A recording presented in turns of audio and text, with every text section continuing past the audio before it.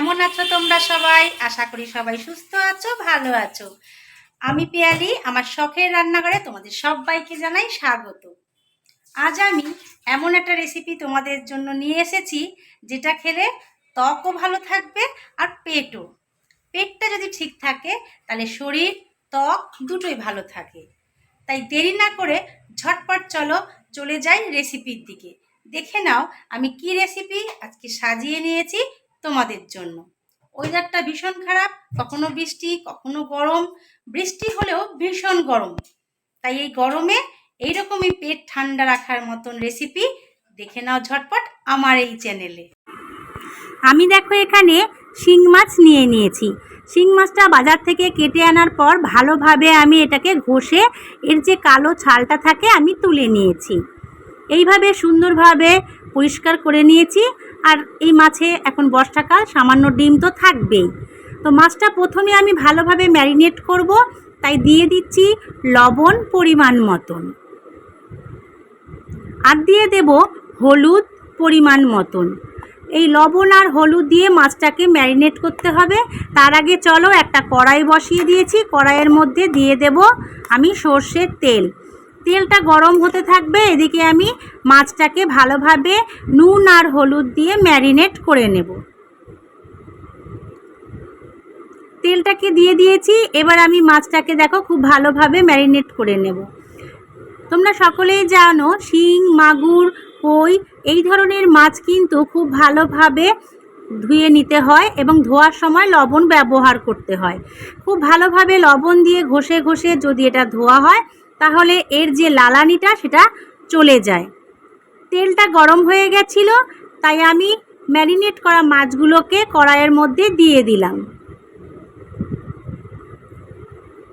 মাছগুলোকে এবার আমি ভালোভাবে ভেজে নেব। এই সিজনে যদি তোমরা এই ধরনের টাটকা তাজা জিওল মাছের ঝোল খাও এই পদ্ধতিতে, তাহলে ভীষণ শরীরের পক্ষে উপকারী আর পেটও ভীষণ ঠান্ডা থাকে। প্রত্যেকেই আমরা কম বেশি ফাস্ট ফুড, রিচ খাবার খেয়েই থাকি, তাই মাঝে মধ্যে যদি এই রকম রান্না করে খাওয়া যায় তাহলে অনেকটাই আমাদের লিভারের কিন্তু ব্যালেন্স হয়ে যায়। এক পিঠ আমার ভাজা হয়ে গেছে মাছের, এবার অপর পিঠটা ভাজা হওয়ার জন্য দেখো আমি মাছগুলোকে উল্টে দিচ্ছি। যেহেতু বর্ষাকাল, এখন মাছের মধ্যে ডিম থাকবে আর খেতেও বেশ ভালো লাগে মাছের ডিম। মাছের ডিম দিয়ে নানা রকম প্রিপারেশনও কিন্তু তৈরি করা যায়, তার ভিডিও কিন্তু আমি অলরেডি আমার চ্যানেলে দিয়েছি।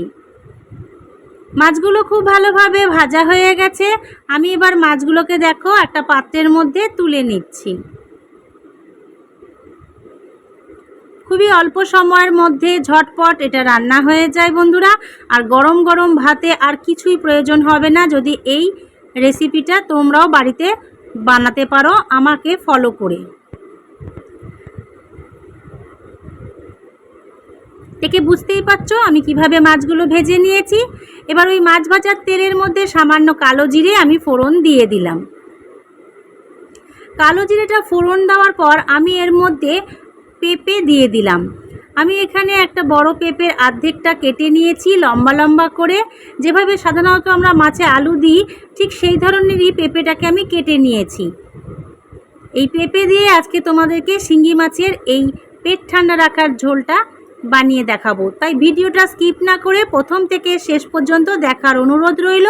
তাহলেই কিন্তু বুঝবে, নইলে কিন্তু মিস করে যাবে যে কিভাবে আমি এই পেট ঠান্ডার ঝোলটা বানালাম।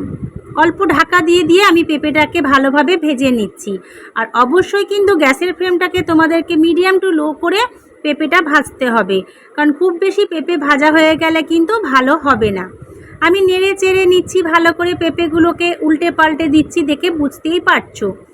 এবার আমি আবারও পেঁপেটাকে একটু ঢাকা দিয়ে দেব। এইভাবে ঢেকে ঢেকে পেঁপেটা ভাজলে পেঁপেটাও ভালোভাবে সেদ্ধ হয়ে যাবে এবং ভাজাটাও বেশ সুন্দর হবে। দেখো, দেখে বুঝতেই পারছো কত সুন্দরভাবে দেখো পেঁপেটা কিন্তু ভাজা হচ্ছে, অতিরিক্ত কিন্তু কালার আসছে না পেঁপের মধ্যে। আমি আবারও ভালোভাবে দেখো নেড়ে চেড়ে নিয়েছি। এবার আমি এর মধ্যে দিয়ে দেব কিছু বাটা মশলা, যার মধ্যে আছে গোলমরিচ, জিরে আর আদা। এখানে কিন্তু কোনো রকম লঙ্কার ব্যবহার হবে না। আমি আদা জিরে গোলমরিচটা বেটে নিয়েছিলাম, সেটা দিয়ে দিলাম।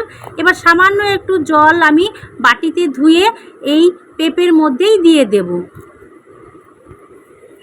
এই ঝোলটা কিন্তু ছোট থেকে বড় সকলের খাওয়া উপকারী এবং উপযোগী। এবার দিয়ে দেব পরিমাণ মতন হলুদ গুঁড়ো, আর স্বাদ অনুসারে দিয়ে দেব এখানে আমি লবণ।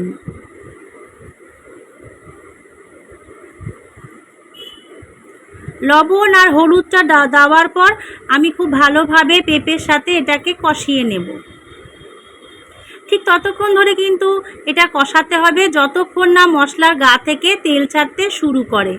তোমরা নিশ্চয়ই খেয়াল করেছো কতটা অল্প তেলে আমি মাছ আর সবজিটাকে কষাচ্ছি। এটাই কিন্তু সবথেকে উপকারী আর উপযোগী হবে শরীরের পক্ষে। যত কম তেল খাওয়া যাবে শরীরের ব্যালেন্স কিন্তু ততটাই ভালো থাকবে।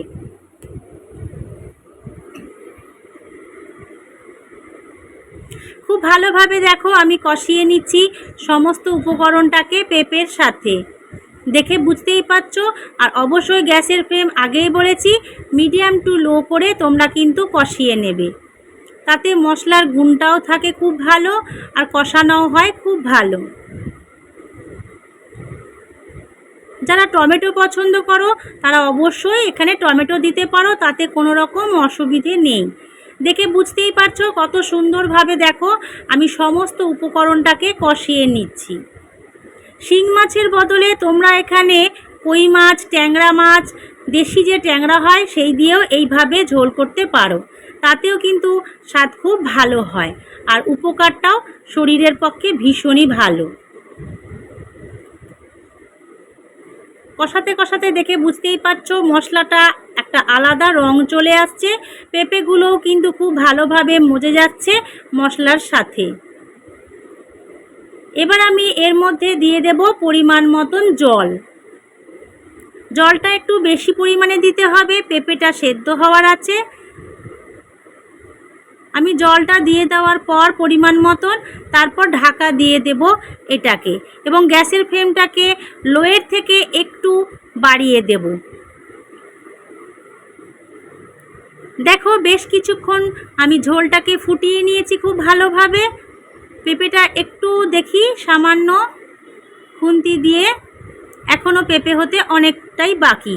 ঠিক এই মুহূর্তে আমি ভাজা মাছগুলোকে দিয়ে দেব সেই ঝোলের মধ্যে, যাতে ঝোলটা ফুটলে পেঁপেগুলোও সেদ্ধ হয় এবং মাছের গুণাগুণগুলো ঝোলে চলে যায় এবং ঝোলের স্বাদটা মাছের মধ্যে যাতে ঢুকে যায়। খুব ভালোভাবে মাছগুলো থরে থরে সাজিয়ে দিয়ে আবারও আমি ঢাকা দিয়ে দেব বেশ কিছুক্ষণের জন্য এই মিডিয়াম টু লো ফ্লেমে গ্যাসের।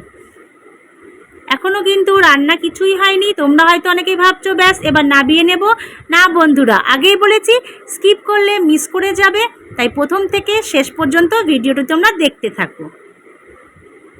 5 থেকে 7 মিনিট মতন আমি খুব ভালোভাবে ঝোলটাকে ফুটিয়ে নিয়েছি গ্যাসের ফ্লেমটা মিডিয়াম টু লো করে। এবার এর মধ্যে দিয়ে দেব 5 টাকার ম্যাজিক, অর্থাৎ এখানে 5 টাকার বান্ডিলের 1 বান্ডিল আমি থানকুনি পাতা বাটা দিয়ে দিলাম। খুব ভালোভাবে ধুয়ে বেছে থানকুনি পাতাটাকে বেটে নিয়েছিলাম, সেই বাটা থানকুনি পাতাটাকে আমি এবার দিয়ে দিচ্ছি ঝোলের মধ্যে।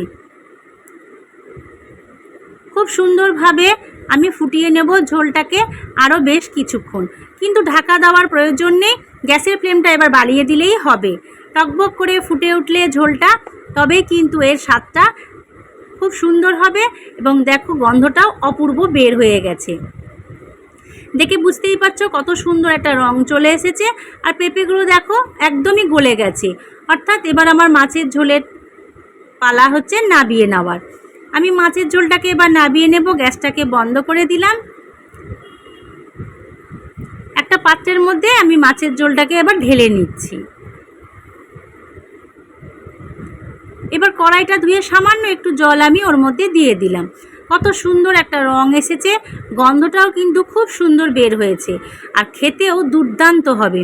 তাই দেরি না করে ঝটপট তোমরাও বানিয়ে ফেলো এইরকমই 5 টাকা খরচ করে পেট ঠান্ডা রাখার মতন একটা রেসিপি।